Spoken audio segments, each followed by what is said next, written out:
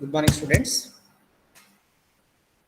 Let us continue our discussion on the last unit, that is Unit 5 of Paper 2.2, Work with Communities. And we have been discussing about the strategies of community organizer.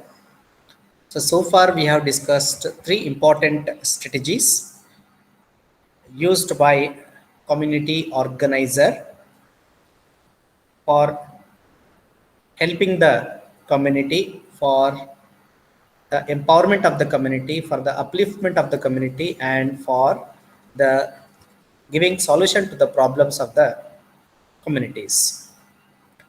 And we have had discussion about unionization strategy, how unionization process give the strength to the unity of the community members, and this will form a kind of pressure groups so that the concerned departments, government officials get pressurized and perform their duties in the interest of the communities, and the using strategy of unionization ultimately benefits the community in the larger context. And then the second strategy what we had discussed is advocacy. Community organizer does lobby on behalf of the community and community members with the officials and the government departments and the bureaucrats and the politicians. So this strategy of lobbying also helps community to mobilize the resources, to get sanctioned the funds, and to get solution to the community problems. So the third strategy what we had discussed in the previous class is popularly called as PIL, public interest litigation. This public interest litigation can be filed by any of the citizen of India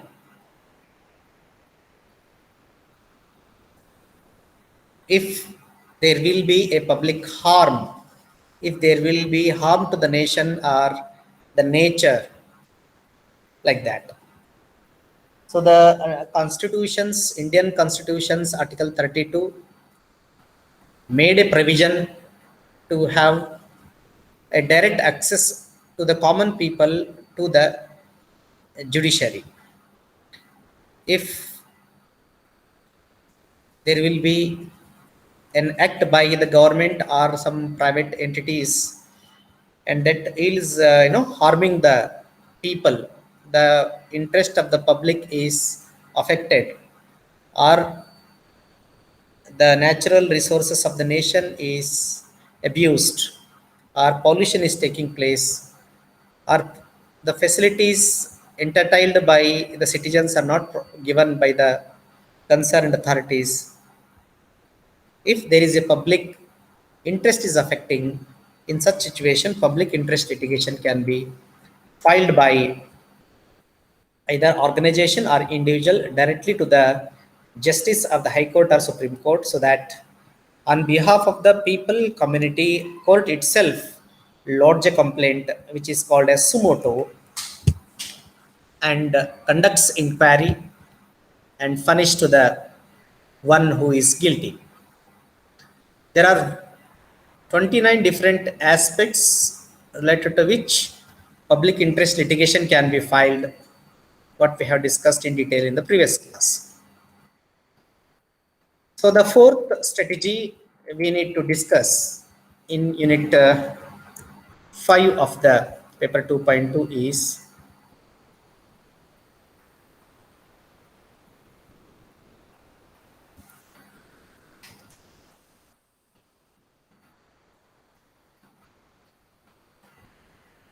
protest and demonstration. ಸಮುದಾಯ ಸಂಘಟಕ ಸಮುದಾಯದ ಒಳತಿಗಾಗಿ, ಸಮುದಾಯದ ಸಮಸ್ಯೆಗಳನ್ನು ಈಡೇರಿಸಲು ಕೆಲವು ತಂತ್ರಗಳನ್ನು ಬಳಸಿಕೊಳ್ತಾನೆ. ಈಗಾಗ ನಾವು 3 ಪ್ರಮುಖ ತಂತ್ರಗಳ ಬಗ್ಗೆ ಚರ್ಚೆ ಮಾಡಿದ್ದೇವೆ. ಒಂದು ಯೂನಿಯನೈಸೇಷನ್ ತಂತ್ರ, ಸಂಘಟನೆಯ ತಂತ್ರ. ಎರಡನೇದು ಅಡ್ವೊಕಸಿ ತಂತ್ರ, ವಕಾಲತ್ತಿನ ತಂತ್ರ. ಮೂರನೇದು ಪಬ್ಲಿಕ್ ಇಂಟ್ರೆಸ್ಟ್ ಲಿಟಿಗೇಷನ್, ಸಾರ್ವಜನಿಕ ಹಿತಾಸಕ್ತಿ ಅರ್ಜಿ ಅಥವಾ ಮೊಕದ್ದಮೆಯ ತಂತ್ರ. ಇದರ ಜೊತೆಗೆ ಇನ್ನೊಂದು ಪ್ರಮುಖವಾದ ತಂತ್ರವನ್ನ ಸಮುದಾಯ ಸಂಘಟಕ ಸಮುದಾಯದ ಒಳತಿಗಾಗಿ ಬಳಸುವಂಥದ್ದು ಪ್ರೊಟೆಸ್ಟ್ಸ್ ಆ್ಯಂಡ್ ಡೆಮಾನ್ಸ್ಟ್ರೇಷನ್ ಅಂತ. ಪ್ರೊಟೆಸ್ಟ್ ಅಂದರೆ ವಿರೋಧ, ಡೆಮಾನ್ಸ್ಟ್ರೇಷನ್ ಅಂದರೆ ಧರಣಿ. ಸಾಮಾನ್ಯವಾಗಿ ನಾವು ನೋಡ್ತಾ ಇರ್ತೀವಿ, ಇಂಡಸ್ಟ್ರಿಗಳಲ್ಲಿ ಕೈಗಾರಿಕೆ ಕಾರ್ಮಿಕರು, ರೈತ ಸಂಘದವರು, KSRTC ಎಂಪ್ಲಾಯೀಸು, ಸ್ಟೂಡೆಂಟ್ಸ್ ಆರ್ಗನೈಸೇಷನ್ಸು, ಬೇರೆ ಬೇರೆ ಸಂಘ ಸಂಸ್ಥೆಗಳು ಆಗಾಗ ಪ್ರತಿಭಟನೆಗಳನ್ನು, ಧರಣಿಗಳನ್ನು, ಮೆರವಣಿಗೆಗಳನ್ನು ಮಾಡೋದನ್ನು ನೋಡ್ತಾ ಇರ್ತೀವಿ. ಸೊ ಅದೇ ನಿಟ್ಟಿನಲ್ಲಿ ಸಮುದಾಯ ಸಂಘಟಕ ಸಮುದಾಯದ ಒಂದು ಹಿತಾಸಕ್ತಿಯನ್ನು ಎತ್ತಿ ಹಿಡಿಲಿಕ್ಕೆ ಸಂವಿಧಾನದ ಒಂದು ಚೌಕಟ್ಟಿನಲ್ಲಿ, ಪ್ರಜಾಪ್ರಭುತ್ವ ಚೌಕಟ್ಟಿನಲ್ಲಿ ಈ ತಂತ್ರಗಾರಿಕೆಯನ್ನು ಬಳಸ್ಕೊಳ್ಳಿಕ್ಕೆ ಪ್ರಯತ್ನ ಪಡ್ತಾರೆ. So it is done when people are dissatisfied with the services of the government. ಸರ್ಕಾರದ ಅಥವಾ ನಿರ್ದಿಷ್ಟ ಇಲಾಖೆಯ ಬೇಜವಾಬ್ದಾರಿ ಇದ್ದಾಗ, ಅಥವಾ ನಿರ್ದಿಷ್ಟ ಇಲಾಖೆಯು ತಾವು ಮಾಡಬೇಕಾದಂಥ ಕೆಲಸವನ್ನ, ಸಮುದಾಯಕ್ಕೆ ನೀಡಬೇಕಾದಂಥ ಸೇವೆಯನ್ನ ನೀಡದೇ ಇದ್ದಾಗ ಈ ಒಂದು ತಂತ್ರಗಾರಿಕೆಯನ್ನು ಸಮುದಾಯದವರು ಅಥವಾ ಸಮುದಾಯ ಸಂಘಟಕನು ಬಳಸ್ಕೊಳ್ಬೇಕಾಗುತ್ತೆ. ವಿಶೇಷವಾಗಿ ಸರ್ಕಾರದ ವಿರುದ್ಧ ಬಳಸುವಂತ ಒಂದು ತಂತ್ರಗಾರಿಕೆ ಇದಾಗಿದೆ. Protest intends to bring change in quality of service through their actions. ವಿರೋಧ ಅಥವಾ ಪ್ರತಿಭಟನೆ ಅನ್ನುವಂಥದ್ದು ನಮಗೆ ಸರ್ಕಾರದಿಂದ ಸಿಗುವ ಸೇವೆಗಳಲ್ಲಿ ಗುಣಮಟ್ಟತೆಯನ್ನ ಹೆಚ್ಚಿಸಲಿಕ್ಕೆ ಈ ಒಂದು ತಂತ್ರಗಾರಿಕೆ ನಮಗೆ ಉಪಯೋಗ ಆಗುತ್ತೆ. Situation of social tension, unrest or instability leads to protest. ಒಂದ್ ವೇಳೆ ಸಮಾಜದಲ್ಲಿ ಸುವ್ಯವಸ್ಥೆ ಇಲ್ಲದಿದ್ದಾಗ, ಸಮುದಾಯದ ಸಾಮಾನ್ಯ ದೇಶದ ಒಂದು ನಾಗರಿಕರ ಹಕ್ಕುಗಳ ಚ್ಯುತಿಯಾಗುತ್ತಿದ್ದಲ್ಲಿ, ಅಂತ ಸಂದರ್ಭದಲ್ಲಿ ಪ್ರತಿಭಟನೆ ಅಥವಾ ವಿರೋಧ ಹಾಗೂ ಧರಣಿ ಅನ್ನೋ ಒಂದು ತಂತ್ರಗಾರಿಕೆಯನ್ನ ಸಮುದಾಯ ಸಂಘಟಕ ಸಮುದಾಯದರ ಮೂಲಕ ಬಳಸಿ ಆಗುವ ಅನ್ಯಾಯವನ್ನ ಸರಿಪಡಿಸಲಿಕ್ಕೆ ಪ್ರಯತ್ನಿಸುವಂತ ತಂತ್ರಗಾರಿಕೆ ಇದಾಗಿದೆ. It is collective efforts to change the system. ವಿರೋಧ ಅಥವಾ ಪ್ರತಿಭಟನೆ ಅಥವಾ ಧರಣಿ ಅನ್ನುವಂಥದ್ದು ಕಲೆಕ್ಟಿವ್ ಆಗಿ ಮಾಡುವಂಥದ್ದು, ಒಬ್ಬರೇ ಮಾಡುವಂಥದ್ದಲ್ಲ. ಸಂಘಟನೆ ಅಥವಾ ಪ್ರತಿಭಟನೆ ಅಥವಾ ವಿರೋಧ ಅಥವಾ ಚಳುವಳಿ ಅಂದಾಗ ಸಮುದಾಯದ ಜನಸಾಗರ ಅಥವಾ ಸಮುದಾಯದ ಬಹುತೇಕ ಜನರು ಒಂದಾಗಿ ಬೀದಿ ಇಳಿಯುವಂತ ಸಂದರ್ಭ ಅದಾಗಿರ್ತದೆ. ಸೊ ಸಮುದಾಯದ ಬಹುತೇಕ ಜನರು ಪಾಲ್ಗೊಂಡಾಗ ಮಾತ್ರ ವ್ಯವಸ್ಥೆಯ ಮೇಲೆ ಒತ್ತಡ ತಂದು, ಅಧಿಕಾರಿಗಳ ಮೇಲೆ ಒತ್ತಡ ತಂದು ಒಂದು ಬದಲಾವಣೆಯನ್ನು ತರಲಿಕ್ಕೆ ಅದು ಅನುಕೂಲವಾಗ್ತದೆ. It is initiated by those experienced injustice. ಯಾರಿಗೆ ಅನ್ಯಾಯವಾಗ್ತಾ ಇದೆ, ಅವರು ಅನ್ಯಾಯಕ್ಕೊಳಗಾದವರು ತಮ್ಮ ಮೇಲಾದ ಅನ್ಯಾಯವನ್ನ ತಮಗೆ ಅನ್ಯಾಯ ಮಾಡಿದವರ ಗೆ ತಕ್ಕ ಶಿಕ್ಷೆ ನೀಡುವ ದೃಷ್ಟಿಯಿಂದ ಅಥವಾ ಅನ್ಯಾಯವನ್ನು ಸರಿಪಡಿಸುವ ದೃಷ್ಟಿಯಿಂದ ಮಾಡುವಂತ ಒಂದು ಪ್ರತಿಭಟನೆ ಅಥವಾ ಹೋರಾಟ ಅಥವಾ ಧರಣಿಯ ತಂತ್ರಗಾರಿಕೆ ಇದಾಗಿರ್ತದೆ. There are different forms of the protest. ಹೋರಾಟ ಮಾಡುವಂಥದ್ದು, ಧರಣಿ ಮಾಡುವಂಥದ್ದು, ವಿರೋಧ ಮಾಡಲಿಕ್ಕೆ ಪ್ರಜಾಪ್ರಭುತ್ವ ವ್ಯವಸ್ಥೆಯಲ್ಲಿ ಬೇರೆ ಬೇರೆ ಅದಕ್ಕೆ ಆದಂಥ ಒಂದು ಮಾನದಂಡಗಳು, ಒಂದು ಚೌಕಟ್ಟುಗಳು, ವ್ಯಾಪ್ತಿ ಅನ್ನುವಂಥದ್ದಿದೆ. Protest and demonstrations are synonymous. ಇಲ್ಲಿ ಎರಡು ಪದಗಳಿದೆ ತಂತ್ರಗಾರಿಕೆಯಲ್ಲಿ, ಒಂದು ಪ್ರೊಟೆಸ್ಟ್, ಇನ್ನೊಂದು ಡೆಮಾನ್ಸ್ಟ್ರೇಷನ್. ಎರಡೂ ಸಹ ಸಮಾನವಾದ ಅರ್ಥವನ್ನ ಕೊಡುವಂತ ಪದಗಳಾಗಿದ್ದು ಸ್ಲೈಟ್ ಚೇಂಜರ್ಸ್ ನ ಹೊಂದಿರುವಂಥದ್ದು, ಬಹಳ ಸೂಕ್ಷ್ಮವಾದಂಥ ವ್ಯತ್ಯಾಸವನ್ನು ಹೊಂದಿರುವಂಥದ್ದು. ಆದರೆ ಬ್ರಾಡ್ಲಿ ಸ್ಪೀಕಿಂಗ್, ವಿಶಾಲವಾದ ಅರ್ಥದಲ್ಲಿ ನೋಡೋದಾದ್ರೆ ಎರಡರಲ್ಲಿ ಬಹಳ ಅಂತ ವ್ಯತ್ಯಾಸ ಏನು ಕಂಡು ಬರೋದಿಲ್ಲ. Common forms of protest are demonstrations, marches, boycotting, rasta roko, calling bandh etcetera. ವಿರೋಧನ ವ್ಯಕ್ತಪಡಿಸುವ ಅಥವಾ ಸರ್ಕಾರದ ಯಾವುದೇ ಒಂದು ನೀತಿಯ ಅಥವಾ ಕಾನೂನಿನ ವಿರೋಧ ವ್ಯಕ್ತಪಡಿಸಲಿಕ್ಕೆ ಹಲವಾರು ಬಗೆಗಳಿದೆ. ಉದಾಹರಣೆಗೆ, ಕಳೆದ 1-2 ವರ್ಷದಿಂದ ಕೇಂದ್ರ ಸರ್ಕಾರದ ಹಲವಾರು ನೀತಿಗಳನ್ನು ವಿರೋಧಿಸಿ ಜನಗಳು ಅದನ್ನು ವಿವಿಧ ಸ್ವರೂಪದಲ್ಲಿ ವಿರೋಧ ಮಾಡಿರುವಂತಹ ಪ್ರಸಂಗಗಳನ್ನು ನಾವು ನೋಡ್ತೇವೆ. ಈ ನಾಗರಿಕತ್ವ ಬದಲಾವಣೆಯ ಸಿಟಿಜನ್ ಅಮೆಂಡ್ಮೆಂಟ್ಸ್ ಬಿಲ್ ಏನು ಬಂತು 2 ವರ್ಷಗಳ ಹಿಂದೆ, 1.5-2 ವರ್ಷದ ಹಿಂದೆ, ಹಲವಾರು ಜನ ಅದನ್ನ ವಿರೋಧ ಮಾಡಿದ್ರು. ವಿರೋಧ ಹೆಂಗ್ ಮಾಡಿದ್ರು? ಜಿಲ್ಲಾಧಿಕಾರಿಯ ಕಚೇರಿ ಎದುರಿಗೆ ಧರಣಿ ಮಾಡೋದ್ರ ಮೂಲಕ, ಅಥವಾ ಮಾರ್ಚಸ್ ಮೆರವಣಿಗೆಯನ್ನ ಮಾಡೋದ್ರ ಮೂಲಕ, ಅಥವಾ ಯಾರು ಸರ್ಕಾರಿ ಇಲಾಖೆಯವರು ಬೇರೆ ಬೇರೆ ಇದ್ದಾರೆ ಅಥವಾ ಯಾರು ಎಂಪ್ಲಾಯೀಸ್ ಇದ್ದಾರೆ ಅವರ ಮಾಡುವ ಒಂದು ದಿನ ತಾವು ಕೆಲಸ ಮಾಡೋದಿಲ್ಲ ಅಂತೇಳಿ ಬೈಕಾಟ್ ಮಾಡೋದ್ರ ಮೂಲಕ, ರಸ್ತೆ ತಡೆ ಮಾಡೋದ್ರ ಮೂಲಕ, ಅಥವಾ ಜಿಲ್ಲೆ, ರಾಜ್ಯ, ದೇಶವ್ಯಾಪಿ ಬಂದ್ಗೆ ಕರೆ ನೀಡೋದ್ರ ಮೂಲಕ ಪ್ರತಿಭಟನೆಯನ್ನು ಮಾಡೋದನ್ನು ನೋಡ್ತೇವೆ. ಅಷ್ಟೇ ಯಾಕೆ, ಈ 2ನೇ ಪ್ಯಾಂಡಮಿಕ್ದ ಪ್ರಾರಂಭದ ಸಂದರ್ಭದಲ್ಲಿ KSRTC ನೌಕರರು ಅವರಿಗೆ ಕೆಲವೊಂದು ಸೇವಾ ಸೌಲಭ್ಯಗಳನ್ನು ಕೊಡಬೇಕು ಅಂತ ಹೇಳಿ ಸರ್ಕಾರದ ಮೇಲೆ ಒತ್ತಾಯ ಮಾಡಿ ನಿರಂತರವಾಗಿ KSRTC ಎಂಪ್ಲಾಯೀಸು ಸ್ಟ್ರೈಕ್ ಅನ್ನ ಮಾಡಿರುವ ಉದಾಹರಣೆಯನ್ನು ನೋಡಿದ್ದೇವೆ. ಸುಮಾರು ದಿನಗಳ ಕಾಲ ಒಂದು ಬಸ್ ಕೂಡ ಬೀದಿ ಮೇಲೆ ಇಳಿಯಲಾರದಂಥ ಸಂದರ್ಭಗಳನ್ನು ನೋಡಿದ್ದೇವೆ. ಇದು ಕೂಡ ಒಂದು ಪ್ರೊಟೆಸ್ಟ್ ಅಥವಾ ಡೆಮಾನ್ಸ್ಟ್ರೇಷನ್ ಒಂದು ಭಾಗವೇ ಅಥವಾ ಒಂದು ಉದಾಹರಣೆಯಾಗಿ ನಾವು ನೋಡಬಹುದು. Protest is primarily an expression of disagreement. ಹಲವಾರು ಜನ ಒಂದಾಗಿ ಸರ್ಕಾರದ ವಿರುದ್ಧ ಘೋಷಣೆಯನ್ನು ಕೂಗೋದಾಗ್ಲಿ, ಸರ್ಕಾರಕ್ಕೆ ಮನವಿಯನ್ನು ಸಲ್ಲಿಸುವಂಥದ್ದಾಗ್ಲಿ ಮಾಡ್ತಾ ಇದ್ದಾರೆ ಅಂತಂದ್ರೆ ಅವರ ಒಂದು ಸಾಮಾನ್ಯ ಆಸಕ್ತಿಗೆ ಧಕ್ಕೆ ಬರುವ ಯಾವುದೋ ಒಂದು ಸರ್ಕಾರದ ಕಾನೂನು ಅಥವಾ ಸರ್ಕಾರದ ನೀತಿ ಅಥವಾ ಸರ್ಕಾರದ ನಿಯಮ ಅನುಷ್ಠಾನಗೊಂಡಿರುವ ಅಥವಾ ಗೊಳ್ಳಲಿರುವ ಪ್ರಸಂಗ ಆಗಿರ್ತದೆ. ಸೊ ಅದನ್ನು ವಿರೋಧಿಸಿ ಪ್ರತಿಭಟನೆಯನ್ನ ಮಾಡುವಂಥದ್ದು ಆಗಿರ್ತದೆ.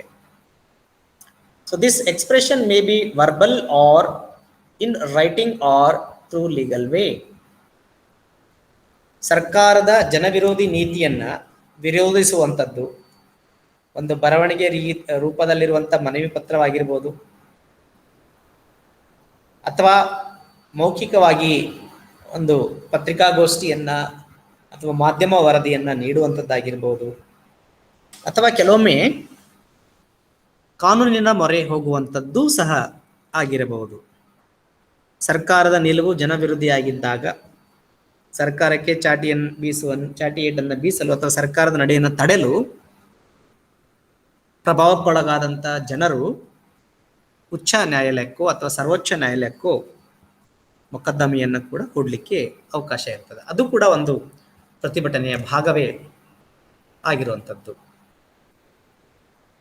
The main purpose of protest is to oppose or to disapprove the action initiated by the government, institution or existing social system.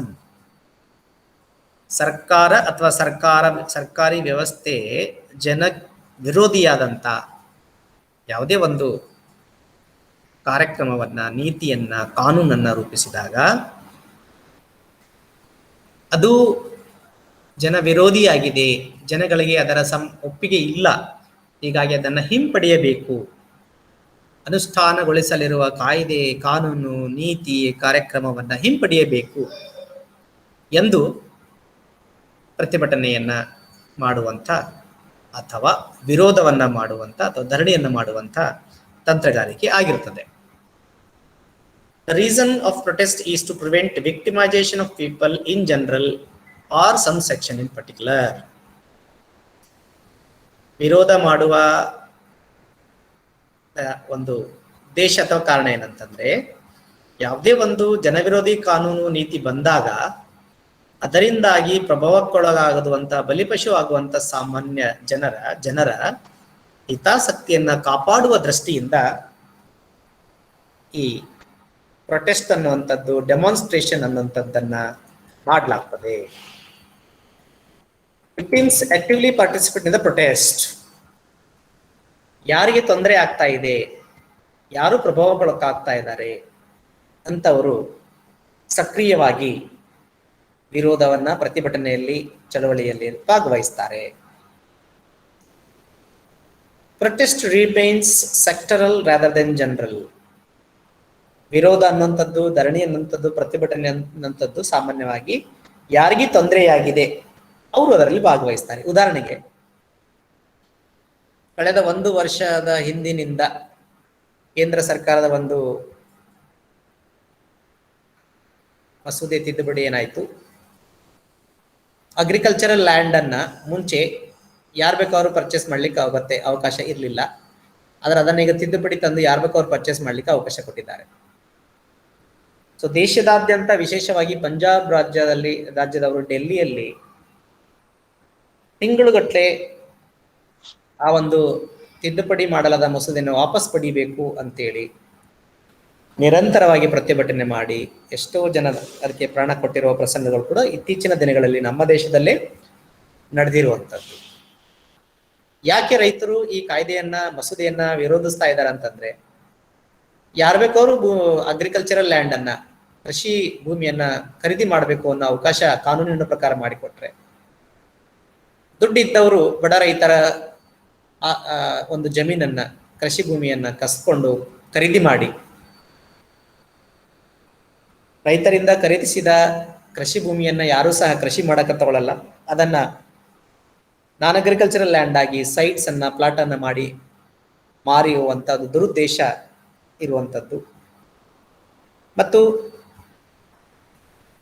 ಈ ಒಂದು ತಿದ್ದುಪಡಿಯ ಮೂಲಕ ಹಲವಾರು ಸಣ್ಣ ಮತ್ತು ಅತಿ ಸಣ್ಣ ರೈತರೆಲ್ಲರೂ ಕೂಡ ಜಮೀನನ್ನು ಕಳೆದುಕೊಳ್ಳುವ ಸಾಧ್ಯತೆ ಹೆಚ್ಚು ಇರೋದಕ್ಕಾಗಿ ದೇಶವ್ಯಾಪಿ ನಿರಂತರವಾದ ಪ್ರತಿಭಟನೆ ಮಾಡಿರೋದನ್ನು ನಾವು ನೋಡಿದ್ದೇವೆ.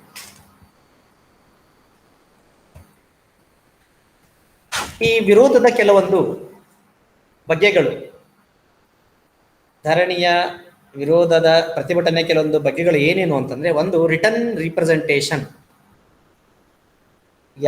ಯಾರಿಂದ ನಮಗೆ ಅನ್ಯಾಯ ಆಗಿದೆ ಅವರಿಗೆ ಲಿಖಿತವಾಗಿ ಇದು ನೀವು ಮಾಡ್ತಾ ಇರೋದು ಸರಿ ಇಲ್ಲ ಅಂತೇಳಿ ಬರವಣಿಗೆ ರೂಪದಲ್ಲಿ ಸರ್ಕಾರಕ್ಕೆ ಅಥವಾ ಸರ್ಕಾರದ ಪ್ರತಿನಿಧಿಗೆ ಒಂದು ಬರವಣಿಗೆ ರೂಪದಲ್ಲಿ ವಿರೋಧವನ್ನ ವ್ಯಕ್ತಪಡಿಸುವಂಥದ್ದು ಒಂದು. ಇನ್ನೊಂದು ಸಿಗ್ನೇಚರ್ ಕ್ಯಾಂಪೇನ್ ಅಂತ, ನೇರವಾಗಿ ಯಾರಿಗೆ ತೊಂದರೆ ಆಗ್ತಿದೆ ಅವರು ಸರ್ಕಾರಕ್ಕೆ ಅಥವಾ ಅಧಿಕಾರಿಗಳಿಗೆ ಭೇಟಿಯಾಗಲಿಕ್ಕೆ ಸಾಧ್ಯವಿಲ್ಲದ ಸಂದರ್ಭದಲ್ಲಿ ಯಾರಿಗೆಲ್ಲ ಪ್ರಭಾವ ಆಗಿದೆ, ಯಾರಿಗೆಲ್ಲ ತೊಂದರೆ ಆಗಿದೆ ಅವರೆಲ್ಲರೂ ಕೂಡ ಸಿಗ್ನೇಚರ್ ಕ್ಯಾಂಪೇನ್ ಅನ್ನ ಮಾಡೋದ್ರ ಮೂಲಕ ಸರ್ಕಾರದ ಮೇಲೆ ಒತ್ತಡ ತರುವಂತ ಕೆಲಸವನ್ನ ಮಾಡಲಾಗ್ತದೆ. ಬೈಕಾಟಿಂಗ್,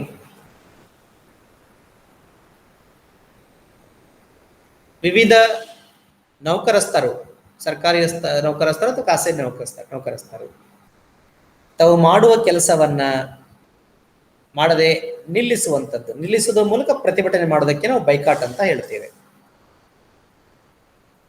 ಸೊ ಇತ್ತೀಚೆಗೆ ನಾನು ಆಗಲೇ ಹೇಳ್ದಂಗೆ KSRTC ಎಂಪ್ಲಾಯೀಸ್ ನಮ್ಮ ಬೇಡಿಕೆಗಳನ್ನು ಈಡೇರಿಸಿದ್ದಲ್ಲಿ ನಾವು ನಮ್ಮ ಡ್ಯೂಟಿಯನ್ನ ಮಾಡಲ್ಲ ಅಂತ ಬೈಕಾಟ್ ಮಾಡಿರುವಂಥದ್ದು. ಬೈಕಾಟ್ ಅಂದ್ರೆ ನಾವು ಮಾಡಬೇಕಾದಂತ ಕೆಲಸವನ್ನ ಸ್ಥಗಿತಗೊಳಿಸ್ತೇವೆ ಅನ್ನುವಂಥದ್ದು. ಅದರ ಮೂಲಕ ಸರ್ಕಾರದ ಮೇಲೆ ಒತ್ತಡ ತರಲಿಕ್ಕೆ ಪ್ರಯತ್ನಿಸುವಂಥದ್ದು. ಮಾರ್ಚಿಂಗ್, ಮೆರವಣಿಗೆ, ರಾಜ್ಯ ಮಟ್ಟದಲ್ಲಾದರೆ ವಿಧಾನಸೌಧದವರೆಗೆ ಮೆರವಣಿಗೆಯನ್ನು ಮಾಡುವಂಥದ್ದು, ಕೇಂದ್ರ ಮಟ್ಟದಲ್ಲಾದರೆ ಪಾರ್ಲಿಮೆಂಟ್ ವರೆಗೆ ಮೆರವಣಿಗೆ ಮಾಡುವಂಥದ್ದು, ಜಿಲ್ಲಾ ಮಟ್ಟದ್ದಾದರೆ ಜಿಲ್ಲಾಧಿಕಾರಿಯ ಕಚೇರಿಯವರೆಗೆ ಮೆರವಣಿಗೆ ಮಾಡೋದ್ರ ಮೂಲಕ ಸರ್ಕಾರದ ಮೇಲೆ ಒತ್ತಡ ತರುವಂಥದ್ದು ಮತ್ತು ಬೇಡಿಕೆಗಳನ್ನು ಈಡೇರುವಂತೆ ಮಾಡುವಂಥದ್ದು. ಡೆಮಾನ್ಸ್ಟ್ರೇಷನ್ ಅಂತಂದ್ರೆ ಯಾವ ಕಚೇರಿಯಲ್ಲಿ ನಮಗೆ ಸಂಬಂಧಪಟ್ಟ ಅಧಿಕಾರಿ ಇದ್ದಾರೆ ಆ ಕಚೇರಿ ಎದುರಿಗೆ ಎಲ್ಲ ಜನರು ಸೇರಿ ಆ ಕಚೇರಿಯ ವಿರುದ್ಧ, ಅಧಿಕಾರಿಯ ವಿರುದ್ಧ, ಸರ್ಕಾರದ ವಿರುದ್ಧ ಘೋಷಣೆಗಳನ್ನ ಕೂಗಿ ಆ ಅಧಿಕಾರಿಗೆ ಒಂದು ಮನವಿ ಪತ್ರವನ್ನ, ಬೇಡಿಕೆಯ ಪತ್ರವನ್ನ ನೀಡುವಂಥದ್ದಕ್ಕೆ ಡೆಮಾನ್ಸ್ಟ್ರೇಷನ್ ಅಥವಾ ಧರಣಿ ಅಂತ ಹೇಳ್ತೇವೆ. ಇನ್ನೂ ಉಗ್ರವಾದಂಥ ಪ್ರತಿಭಟನೆಗಳಲ್ಲಿ ರಾಸ್ತಾ ರೋಕೋ, ರಸ್ತೆ ತಡೆಯನ್ನ ಮಾಡುವಂಥದ್ದು. ಒಂದು ವೇಳೆ ಪ್ರಭಾವಕ್ಕೊಳಗಾದ ಜನಗಳಿಗೆ ಬೇಡಿಕೆ ಜನಗಳ ಬೇಡಿಕೆಯನ್ನ ಸರ್ಕಾರ ಈಡೇರಿಸದಿದ್ದಾಗ, ಆ ಪ್ರಭಾವಕ್ಕೊಳಗಾದಂಥ ಪ್ರತಿಭಟನೆಯಲ್ಲಿ ನಿರತರಾದಂಥ ಗುಂಪು ಪ್ರಮುಖ ರಸ್ತೆಗಳಲ್ಲಿ ರಸ್ತೆಯನ್ನ ರೋಕೋ ಮಾಡೋದ್ರ ಮೂಲಕ, ರಸ್ತೆಯನ್ನು ತಡೆಯೋದ್ರ ಮೂಲಕ, ರಸ್ತೆಯನ್ನು ತಡೆಯೋದು ಅಂತಂದ್ರೆ ಕಾನೂನಿನ ಉಲ್ಲಂಘನೆ ಆಕ್ಚುಲಿ, ಅದರ ಮೂಲಕ ಪ್ರತಿಭಟನೆಯನ್ನು ಮಾಡುವಂಥದ್ದು ಮತ್ತು ಒತ್ತಡವನ್ನು ತರುವಂಥ ಕೆಲಸವನ್ನ ಮಾಡುವಂಥ ಒಂದು ತಂತ್ರಗಾರಿಕೆ ಇದಾಗಿರ್ತದೆ. ಕಾಲಿಂಗ್ ಫಾರ್ ಬಂದ್, ಎಷ್ಟೋ ಸಲ ನಾವು ಕೇಳ್ತೀವಿ, ಭಾರತ್ ಬಂದದ, ಕರ್ನಾಟಕ ಬಂದದ, ಬಿಜಾಪುರ ಡಿಸ್ಟಿಕ್ ಬಂದದ, ಹೀಗೆಲ್ಲ ಕೇಳ್ತಾ ಇರ್ತೀವಿ. ಸೊ ಬಂದ್ಗೆ ಕರೆ ನೀಡುವಂಥದ್ದು, ಇಡೀ ಜಿಲ್ಲೆ ಅಥವಾ ರಾಜ್ಯ ಅಥವಾ ದೇಶ ವ್ಯಾಪಿ ದೊಡ್ಡ ಪ್ರಮಾಣದಲ್ಲಿ ಬಂದ್ಗೆ ಕರೆ ನೀಡಿ ಸರ್ಕಾರದ ಮೇಲೆ ಒತ್ತಡ ತರುವಂತ ಕೆಲಸವನ್ನು ಮಾಡುವಂಥದ್ದು ಒಂದು ಪ್ರತಿಭಟನೆ ಸ್ವರೂಪವಾಗಿರುತ್ತದೆ. ಇನ್ನೂ ಗಂಭೀರ ಸ್ವರೂಪದ್ದು ಜೈಲ್ ಭರೋ. ಸಾಮಾನ್ಯವಾಗಿ ಯಾವುದೇ ಪ್ರತಿಭಟನೆ ಮಾಡಬೇಕಾದ್ರೆ ಸಂಬಂಧಪಟ್ಟಂತ ಒಂದು ಭೌಗೋಳಿಕ ಪ್ರದೇಶದ ಪೊಲೀಸ್ ಅಧಿಕಾರಿಯ ಒಂದು ಪರವಾನಗಿ, ಪೊಲೀಸ್ ಪರ್ಮಿಷನ್ ಬೇಕು.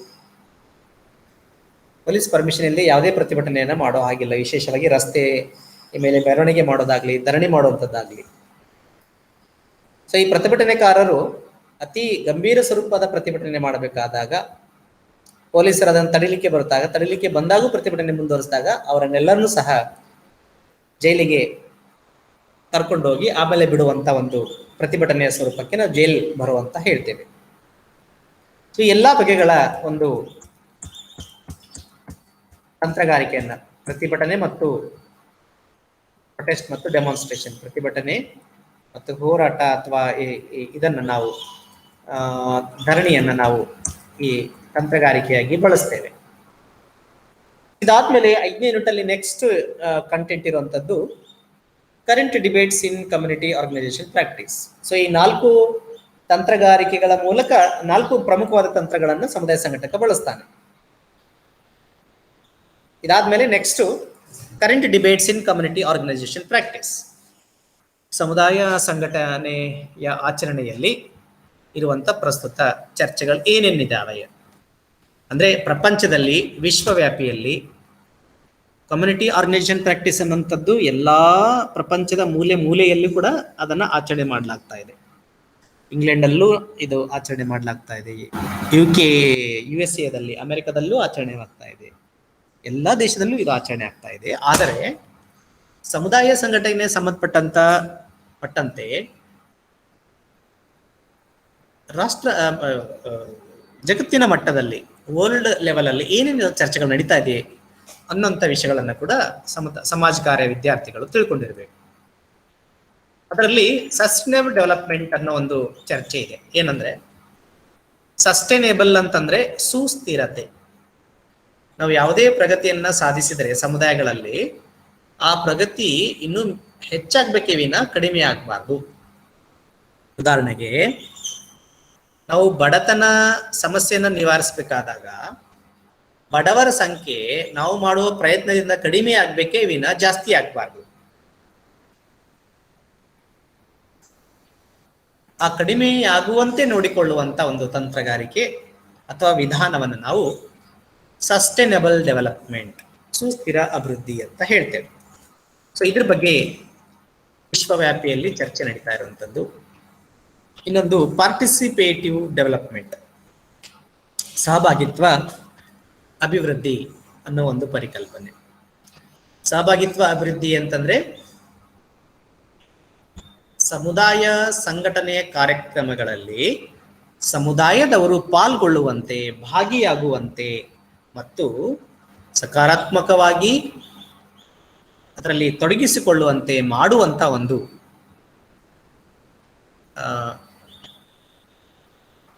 ಕಂಟೆಂಟ್, ವಿಷಯ ಇದಾಗಿರುವಂಥದ್ದು.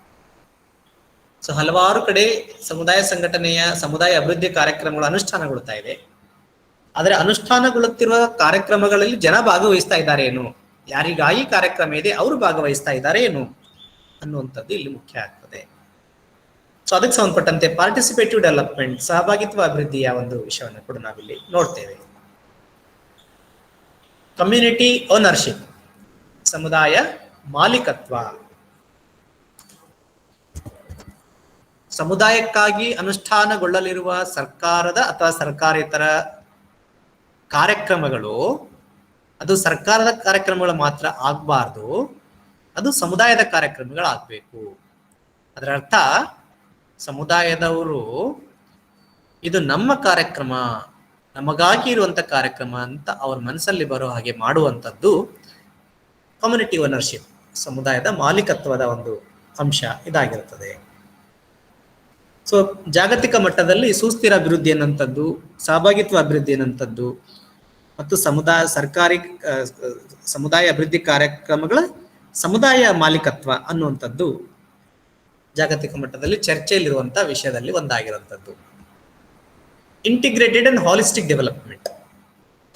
ಸೊ ಅಭಿವೃದ್ಧಿ ಅನ್ನುವಂಥದ್ದು ಬಹಳ ಸಂಕೀರ್ಣವಾದಂತಹ ಪರಿಕಲ್ಪನೆ.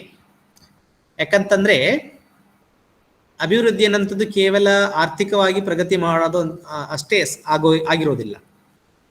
ಆರ್ಥಿಕ ಪ್ರಗತಿಯೊಂದಿಗೆ ಶೈಕ್ಷಣಿಕವಾಗಿ ಪ್ರಗತಿ ಆಗಬೇಕು, ಸಾಮಾಜಿಕವಾಗಿಯೂ ಪ್ರಗತಿ ಆಗಬೇಕು, ತಂತ್ರಜ್ಞಾನದ ಸಂದರ್ಭದಲ್ಲೂ ಪ್ರಗತಿ ಆಗಬೇಕು, ವೈಜ್ಞಾನಿಕವಾಗಿ ಪ್ರಗತಿ ಆಗಬೇಕು. ಹೀಗೆ ಒಂದು ಸಮುದಾಯದ ಅಭಿವೃದ್ಧಿ ಅನ್ನುವಂಥದ್ದು ಸರ್ವಾಂಗೀಣ ದೃಷ್ಟಿಯಿಂದ ಆಗುವಂತ ಕೆಲಸಗಳು ಆಗ್ಬೇಕು ಅನ್ನುವಂಥದ್ದು ಕೂಡ ಜಾಗತಿಕ ಮಟ್ಟದಲ್ಲಿ ಚರ್ಚೆ ಮಾಡ್ತಾ ಇರುವಂಥದ್ದು. ಸೊ ಎಷ್ಟೋ ಕಾರ್ಯಕ್ರಮದಲ್ಲಿ ನೋಡ್ತೀವಿ ನಾವು, ಟೋಟಲ್ ಸ್ಯಾನಿಟೇಷನ್ ಪ್ರೋಗ್ರಾಮ್. ಒಂದು ಗ್ರಾಮದಲ್ಲಿ ಅಥವಾ ಒಂದು ಜಿಲ್ಲೆಯಲ್ಲಿ ಎಲ್ಲಾ ಹಳ್ಳಿಗಳಲ್ಲೂ ಕೂಡ ಶೌಚಾಲಯ ನಿರ್ಮಾಣ ಮಾಡಬೇಕು. ಅಷ್ಟೇ ಮಾಡಿದ್ರೆ ಸಾಕಾಗೋದಿಲ್ಲ. ಅಲ್ಲಿ ಸಾಕ್ಷರತೆನೂ ಜಾಸ್ತಿ ಆಗಬೇಕು, ಆರೋಗ್ಯದ ಜಾಗೃತಿ ಆಗಬೇಕು, ಆರೋಗ್ಯ ಸೇವೆಗಳು ಒದಗಿಸ್ಬೇಕು, ರಸ್ತೆ ಅಭಿವೃದ್ಧಿ ಆಗಬೇಕು, ಕೃಷಿ ಅಭಿವೃದ್ಧಿ ಆಗಬೇಕು, ಮಹಿಳಾ ಸಬಲೀಕರಣ ಆಗಬೇಕು, ಮಕ್ಕಳಿಗೆ ಗುಣಮಟ್ಟದ ಶಿಕ್ಷಣ ನೀಡಬೇಕು. ಹೀಗೆ ಒಂದೆರಡಲ್ಲ, ಸಮಗ್ರ ದೃಷ್ಟಿಯಿಂದ ಎಲ್ಲಾ ದೃಷ್ಟಿಯಿಂದ ಮಾಡುವಂತಹ ಅಭಿವೃದ್ಧಿಗೆ ನಾವು ಇಂಟಿಗ್ರೇಟೆಡ್ ಆರ್ ಹಾಲಿಸ್ಟಿಕ್ ಡೆವಲಪ್ಮೆಂಟ್ ಅಂತ ಹೇಳ್ತೇವೆ. ಸೊ ನಾವು ಯಾವುದೇ ಒಂದು ಸಮುದಾಯದಲ್ಲಿ ಕೆಲಸ ಮಾಡಬೇಕಾದ್ರೆ ಈ ದೃಷ್ಟಿಕೋನವನ್ನ ಇಟ್ಕೋಬೇಕು, ಸಮಗ್ರ ದೃಷ್ಟಿಕೋನವನ್ನು ಇಟ್ಕೊಂಡು ಕೆಲಸ ಮಾಡಬೇಕು ಅನ್ನುವಂಥ ಒಂದು ಚರ್ಚೆ ಜಾಗತಿಕ ಮಟ್ಟದಲ್ಲಿ ಸಮುದಾಯ ಒಂದು ಅಭಿವೃದ್ಧಿಯ ಸಂದರ್ಭದಲ್ಲಿ, ಸಮುದಾಯ ಸಂಘಟನೆಯ ಸಂದರ್ಭದಲ್ಲಿ ನಡೀತಾ ಇರುವಂಥದ್ದು.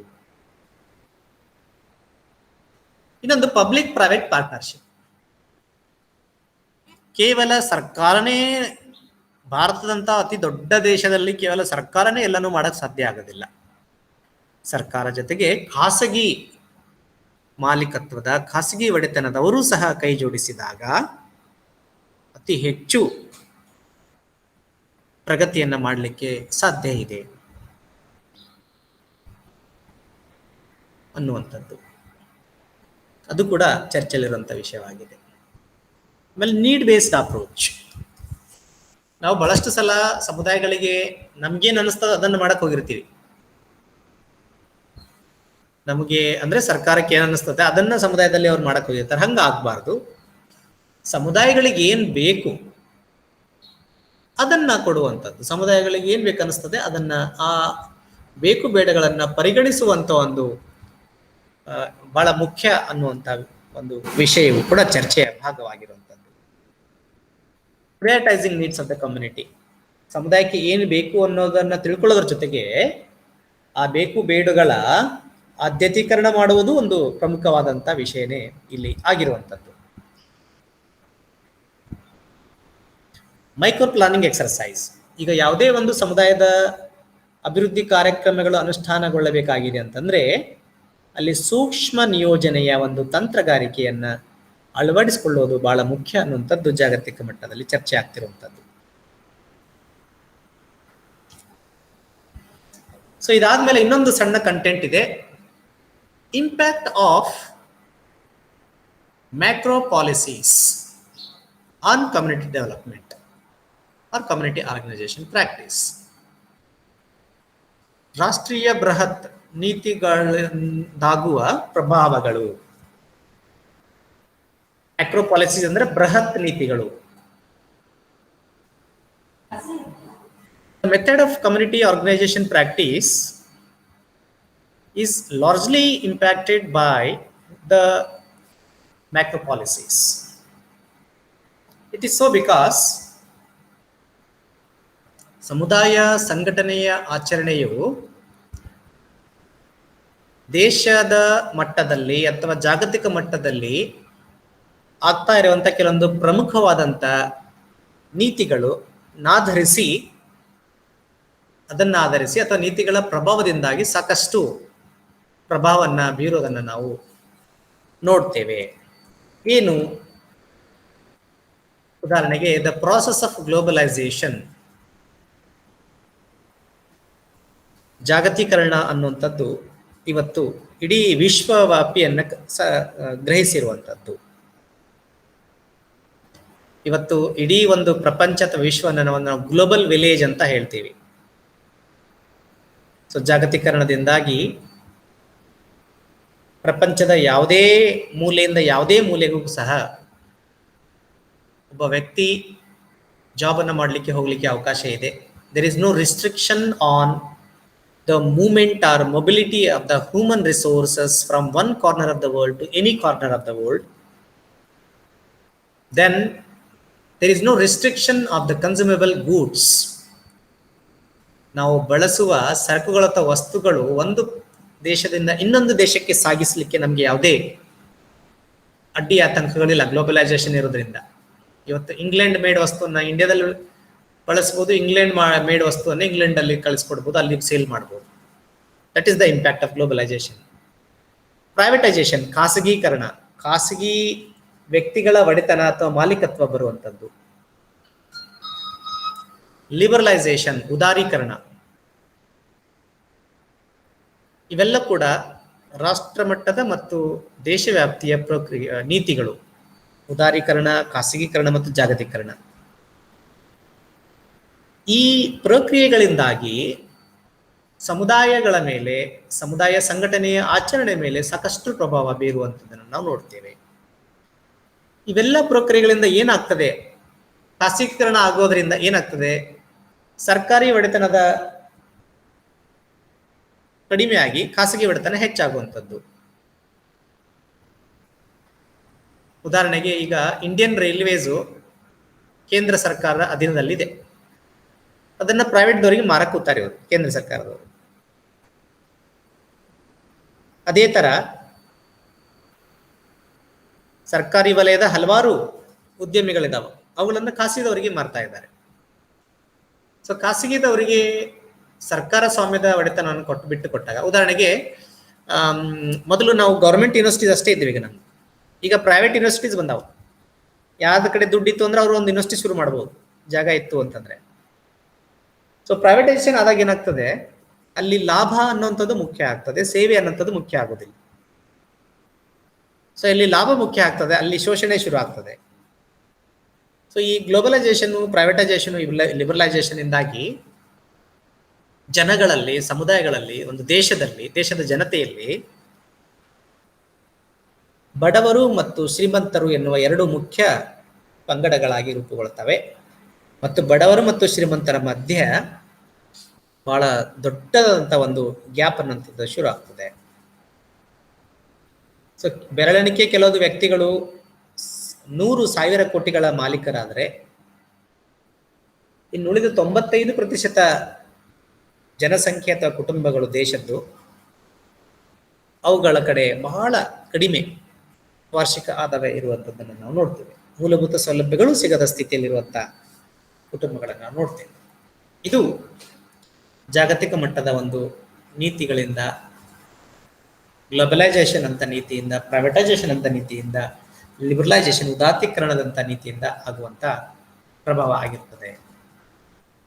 As A result of it, rural poverty is at increase. ಬಡತನ ನಮಗೇನು ಹೊಸದಲ್ಲ ನಮ್ಮ ದೇಶಕ್ಕೆ, ಆದರೆ ಬಡತನದ ಒಂದು ಮ್ಯಾಗ್ನಿಟ್ಯೂಡ್, ಗಂಭೀರತೆ ಹೆಚ್ಚು ನಾವು ಎಲ್ಲಿ ನೋಡ್ಲಿಕ್ಕೆ ಸಾಧ್ಯ ಅಂದ್ರೆ ಗ್ರಾಮೀಣ ಭಾಗದಲ್ಲಿ. ಗ್ರಾಮೀಣ ಭಾಗದ ಬಡತನ ಬಹಳ ಕೆಟ್ಟ ಬಡತನ. ನಗರದಲ್ಲಿ ಬಡತನ ಇದೆ, ನಗರದಲ್ಲಿ ಏನಾದ್ರೂ ಮಾಡಿ ಮನುಷ್ಯ ಬದುಕಬಹುದು, ಏನಾದ್ರೂ ಮಾಡಿ ಹೇಗೋ ಸರ್ವೈವ್ ಮಾಡಬಹುದು. ನಗರದಲ್ಲಿ ಬಡವರಿಗಾಗಿನೇ ಕೆಲವೊಂದು ಸಂಘ ಸಂಸ್ಥೆಗಳು ಕೆಲಸ ಮಾಡ್ತಾ ಇದ್ರು, ಹಳ್ಳಿಯಲ್ಲಿ ಯಾರು ಆ ತರ ಇರುವುದಿಲ್ಲ. The policies focus on urbanization, sideline development of rural communities. ಈ ಇಂಡಸ್ಟ್ರಿಯಲೈಸೇಷನ್ ಅರ್ಬನೈಸೇಷನ್, ಮಾಡರ್ನೈಸೇಷನ್ ಅಂತ ನೀತಿಗಳು, ಕೈಗಾರೀಕರಣ ನೀತಿ, ಆಮೇಲೆ ನಗರೀಕರಣ ನೀತಿ ಮತ್ತು ಮಾದರೀಕರಣ ನೀತಿ, ಮಾಡರ್ನೈಸೇಷನ್ ನೀತಿಗಳಿಂದಾಗಿ ಏನಾಗಿದೆ ಅಂತಂದ್ರೆ ಗ್ರಾಮೀಣ ಸಮುದಾಯಗಳಿಗೆ ಕಡಿಮೆ ಒತ್ತು ನೀಡಲಾಗ್ತಾ ಇದೆ, ನಗರ ಸಮುದಾಯಗಳಿಗೆ ಹೆಚ್ಚಿನ ಒತ್ತು ನೀಡಲಾಗ್ತಾ ಇದೆ. ದೇಶದ ಒಟ್ಟು ಭೂಪ್ರದೇಶ ಅಥವಾ ಜನಸಂಖ್ಯೆ 75% ಗ್ರಾಮೀಣ ಭಾಗ ಇದ್ರೂ ಸಹ ಗ್ರಾಮೀಣ ಭಾಗಕ್ಕೆ ಸಿಗುವ ಪಾಲು, ಅಭಿವೃದ್ಧಿಗೆ ಸಿಗುವಂತ ಪಾಲು ಅಥವಾ ಬಜೆಟ್ ನಗರಕ್ಕೆ ಕಂಪೇರ್ ಮಾಡಿದ್ರೆ ಬಹಳ ಕಮ್ಮಿ ಆಗಿರುತ್ತದೆ. ಸೊ ನಗರಾಭಿವೃದ್ಧಿ ಮತ್ತು ನಗರೀಕರಣದ ಪ್ರಭಾವ ಗ್ರಾಮೀಣಕ್ಕೆ ಹೊಡೆತ ನೀಡ್ತಾ ಇದೆ ಅನ್ನುವಂಥದ್ದು ಕೂಡ ನಾವು ಇಲ್ಲಿ ತಿಳ್ಕೋಬೇಕಾಗಿರುವಂಥದ್ದು. The farmers and agricultures are at the threat and there is no proper support in the policies. ಮುಖ್ಯವಾಗಿ ಕೃಷಿ ವಲಯ ಏನಿದೆ, ಒಕ್ಕಲುತನ ಅಥವಾ ಕೃಷಿ ವಲಯ ಮತ್ತು ಅದನ್ನ ನಂಬಿಕೊಂಡಿರುವಂತ ರೈತರು, ಕೃಷಿ ಕಾರ್ಮಿಕರು, ಈ ತರದ ಎಲ್ಲಾ ಒಂದು ಜಾಗತಿಕ ಮಟ್ಟದ ಮತ್ತು ರಾಷ್ಟ್ರ ಮಟ್ಟದ ಬೃಹತ್ ನೀತಿಗಳಿಂದಾಗಿ ಪ್ರಭಾವಕ್ಕೊಳಗಾಗುವಂಥದ್ದನ್ನು ನಾವು ನೋಡ್ತೇವೆ. ಇವತ್ತು ರೈತರು ಕೃಷಿ ಮಾಡುವಂತ ಸಂದರ್ಭದಲ್ಲಿ ಅವರಿಗೇನಾದ್ರೂ ಹಾವು ಕಚ್ಚಿ ಮೃತಪಟ್ಟರೆ ಅಥವಾ ಏನೋ ಒಂದು ಅಗ್ರಿಕಲ್ಚರಲ್ ಫೀಲ್ಡ್ ಅಲ್ಲಿ ಆಕ್ಸಿಡೆಂಟ್ ಆಗಿ ಅಂಗವಿಕಲತೆ ಆದರೆ ಅವರಿಗೆ ಯಾವುದೇ ಪೆನ್ಷನ್ ಆಗ್ಲಿ, ರಿಟೈರ್ಮೆಂಟ್ ಅನ್ನುವಂಥದ್ದಾಗ್ಲಿ, ಇನ್ನೊಂದಾಗ್ಲಿ ಇಲ್ಲ. ಯಾಕಂದ್ರೆ ಅವರು ಮುಖ್ಯವಾಗಿ ಅಸಂಘಟಿತ ವಲಯದಲ್ಲಿ ಇರುವಂತವ್ರು. ಸೊ ಹೀಗೆ ಈ ದೊಡ್ಡ ನೀತಿಗಳೆಲ್ಲ ಬಂದಾಗ, ಬೃಹತ್ ನೀತಿಗಳೆಲ್ಲ ಬಂದಾಗ ಹೆಚ್ಚು ಸಮಸ್ಯೆಗೊಳಗಾದಂಥವ್ರು ಯಾರು ಅಂತಂದ್ರೆ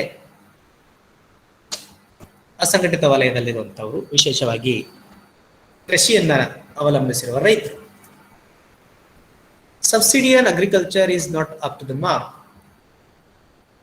ಸೊ ಕೃಷಿಯನ್ನ ಮಾಡ್ಲಿಕ್ಕೆ ಗೊಬ್ಬರದ ಮೇಲೆ, ಬೀಜಗಳ ಮೇಲೆ, ಇನ್ನೊಂದು ವಿದ್ಯುತ್ ಶಕ್ತಿ, ಇನ್ನೊಂದು ಅದರ ಮೇಲೆ ಸಬ್ಸಿಡಿ ಇದೆ. ಆದ್ರೂ ಎಷ್ಟರ ಮಟ್ಟಿಗೆ ಕೊಡಬೇಕು ಅಷ್ಟರ ಮಟ್ಟಿಗೆ ಸಬ್ಸಿಡಿಯನ್ನ ಕೊಡ್ತಾ ಇಲ್ಲ, ಕೊಡುವಂತ ಒಂದು ನೀತಿಗಳು ನಮ್ಮಲ್ಲಿ ಇಲ್ಲ.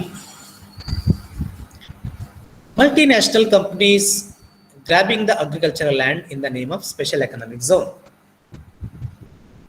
ಕಳೆದ ಒಂದು 5 ವರ್ಷದ ಹಿಂದಿನಿಂದ ನಾವು ಒಂದು ಹೊಸ ಪರಿಕಲ್ಪನೆ ನೋಡ್ತಾ ಇದೀವಿ. ಸೇಜ್ ಅಂತ, ಸೇಜ್, SEZ, special economic zone. Industries ಅನ್ನ, ಎಕನಾಮಿಕ್ ಆಕ್ಟಿವಿಟೀಸ್ ಅನ್ನ ಮಾಡೋದ್ರ ಮೂಲಕ ಆರ್ಥಿಕತೆಯನ್ನ ಗಟ್ಟಿ ಮಾಡ್ತೀವಿ ಅಂತ ಹೇಳಿ ಸ್ಪೆಷಲ್ ಎಕನಾಮಿಕ್ ಝೋನ್ ಹೆಸರ ಮೇಲೆ ಸಾವಿರಾರು ಎಕರೆ ರೈತರ ಭೂಮಿಯನ್ನು ತೆಗೆದುಕೊಳ್ಳುವಂತ ಪ್ರಸಂಗಗಳನ್ನು ನಾವು ನೋಡ್ತಾ ಇದ್ದೇವೆ. ಇದೆಲ್ಲವೂ ಸಹ ಬೃಹತ್ ನೀತಿಗಳ ಒಂದು ಕಾರಣದಿಂದಾಗಿ. ಇದಾದ್ಮೇಲೆ ಇನ್ನೊಂದು ಸಬ್ ಪಾಯಿಂಟ್ ಇದೆ ಈ 5th ಯೂನಿಟ್ ಅಲ್ಲಿ. ಏನಂತಂದ್ರೆ ಎಮರ್ಜಿಂಗ್ ಟ್ರೆಂಡ್ಸ್ ಇನ್ ಕಮ್ಯುನಿಟಿ ವರ್ಕ್ ಪ್ರಾಕ್ಟೀಸ್. ಸಮುದಾಯ ಸಂಘಟನೆಯ ಆಚರಣೆಯ ಸಂದರ್ಭದಲ್ಲಿ ಉಗಮವಾಗುತ್ತಿರುವ ಅಥವಾ ಉಗಮಿಸುತ್ತಿರುವ ಕೆಲವೊಂದು ಸವಾಲುಗಳು ಅಥವಾ ಅಂಶಗಳು ಏನು? ಅದರಲ್ಲಿ ಫಸ್ಟ್ ಒನ್ ಏನಂದ್ರೆ ಲ್ಯಾಕ್ ಆಫ್ ಪೀಪಲ್ ಪಾರ್ಟಿಸಿಪೇಷನ್, ಜನರ ಸಹಭಾಗಿತ್ವದ ಕೊರತೆ. ಸಾಕಷ್ಟು ಸಮುದಾಯ ಅಭಿವೃದ್ಧಿ ಕಾರ್ಯಕ್ರಮಗಳನ್ನ ಗ್ರಾಮೀಣ ಭಾಗದಲ್ಲಿ, ನಗರ ಭಾಗದಲ್ಲಿ, ಗಿರಿಜನ ಭಾಗದಲ್ಲಿ ಸಮುದಾಯಗಳಲ್ಲಿ ಅನುಷ್ಠಾನಗೊಳಿಸ್ತಾ ಇದ್ದೇವೆ, ನಿಜ. ಆದರೆ ಅವರಿಗೋಸ್ಕರ ನಾವು ಎಷ್ಟು ಕಾರ್ಯಕ್ರಮಗಳನ್ನ ಅನುಷ್ಠಾನಗೊಳಿಸಿದರೂ ಸಹ ಯಾರಿಗೋಸ್ಕರ ಕಾರ್ಯಕ್ರಮ ಇದೆ, ಅವರು ಜನಸಾಮಾನ್ಯರು, ಸಂಬಂಧಪಟ್ಟಂತವರು, ಸ್ಟೇಕ್ ಹೋಲ್ಡರ್ಸ್ ಏನಂತೀವಿ, ಪಾಲುದಾರರು, ನಿಜವಾದ ಪ್ರಾಥಮಿಕ ಪಾಲುದಾರರು ಕಾರ್ಯಕ್ರಮಗಳಲ್ಲಿ ಭಾಗವಹಿಸ್ತಾ ಇಲ್ಲ.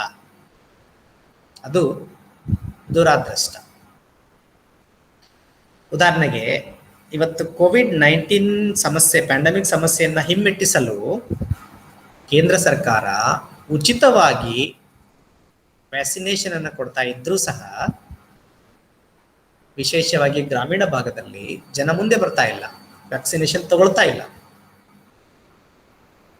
ಸೊ ಯಾರಿಗಾಗಿ ಈ ಕಾರ್ಯಕ್ರಮ ಇದೆ ಅವರೇ ಮುಂದೆ ಬಂದಿಲ್ಲ ಅಂದ್ರೆ, ಅವರು ಭಾಗವಹಿಸಿಲ್ಲ ಅಂದ್ರೆ, ವ್ಯಾಕ್ಸಿನೇಷನ್ ತಗೊಂಡಿಲ್ಲ ಅಂದ್ರೆ ಕಾರ್ಯಕ್ರಮ ವಿಫಲವಾಗ್ತದೆ. ಸೊ ಈ ತರದ ಒಂದು ಸಮಸ್ಯೆಗಳು, ಜನರ ಸಹಭಾಗಿತ್ವದ ಒಂದು ಸಮಸ್ಯೆ, ಸಹಭಾಗಿತ್ವದ ಕೊರತೆ ಅನ್ನುವಂಥದ್ದು ಕೂಡ ಉಗಮಿಸುತ್ತಿರುವ, ಹೊಸದಾಗಿ ನಾವು ಕಂಡು ಬರೋದು, ಮುಂಚೆನೂ ಇತ್ತು ಈಗಲೂ ಇದೆ, ಬಟ್ ಹೆಚ್ಚು ಮಟ್ಟದಲ್ಲಿ ಕಂಡು ಬರುವಂತಹ ಒಂದು ಸಮಸ್ಯೆ ಅಥವಾ ಸವಾಲಿದಾಗಿದೆ. ಪ್ಯಾಸಿವ್ ಪಾರ್ಟಿಸಿಪೇಷನ್, ಜನ ಕಾರ್ಯಕ್ರಮದಲ್ಲಿ ಭಾಗವಹಿಸ್ತಾರ, ಆದರೆ ದೈಹಿಕವಾಗಿ ಅಷ್ಟೇ ಇರ್ತಾರೆ, ಮಾನಸಿಕವಾಗಿ ತೊಡಗಿಸ್ಕೊಳ್ಳೋದಿಲ್ಲ, ಸಕ್ರಿಯವಾಗಿ ತೊಡಗಿಸ್ಕೊಳ್ಳೋದಿಲ್ಲ. ಸುಮ್ಮನೆ ಭಾಗವಹಿಸೋದಕ್ಕೋಸ್ಕರ ಭಾಗವಹಿಸೋದು ಬೇರೆ, ಅಟೆಂಡೆನ್ಸ್ಗೋಸ್ಕರ ಅಟೆಂಡ್ ಆಗೋದು ಬೇರೆ, ತಿಳ್ಕೊಳ್ಬೇಕಂತ ಅಟೆಂಡ್ ಆಗೋದು ಬೇರೆ.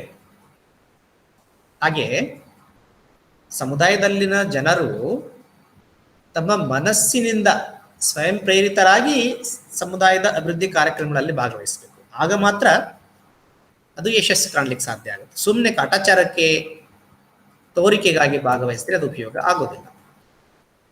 ಪ್ರಾಬ್ಲಮ್ಸ್ ಇನ್ ದ ಪ್ರಯಾರಿಟೈಸೇಷನ್, ಇವತ್ತಿಗೂ ಸಹ ಮೈಕ್ರೋ ಪ್ಲಾನಿಂಗ್ ಬಂದರೂ ಸಹ, PRA ಬಂದರೂ ಸಹ ಸಮುದಾಯಗಳ ಮಟ್ಟದಲ್ಲಿ, ಹಳ್ಳಿಗಳ ಮಟ್ಟದಲ್ಲಿ ಅಲ್ಲಿನ ಸಮಸ್ಯೆಗಳ ಆದ್ಯತೀಕರಣವು ಸರಿಯಾಗಿ ಆಗ್ತಾ ಇಲ್ಲ, ಗ್ರಾಮ ಸಭೆಗಳು ಸರಿಯಾಗಿ ಆಗ್ತಾ ಇಲ್ಲ.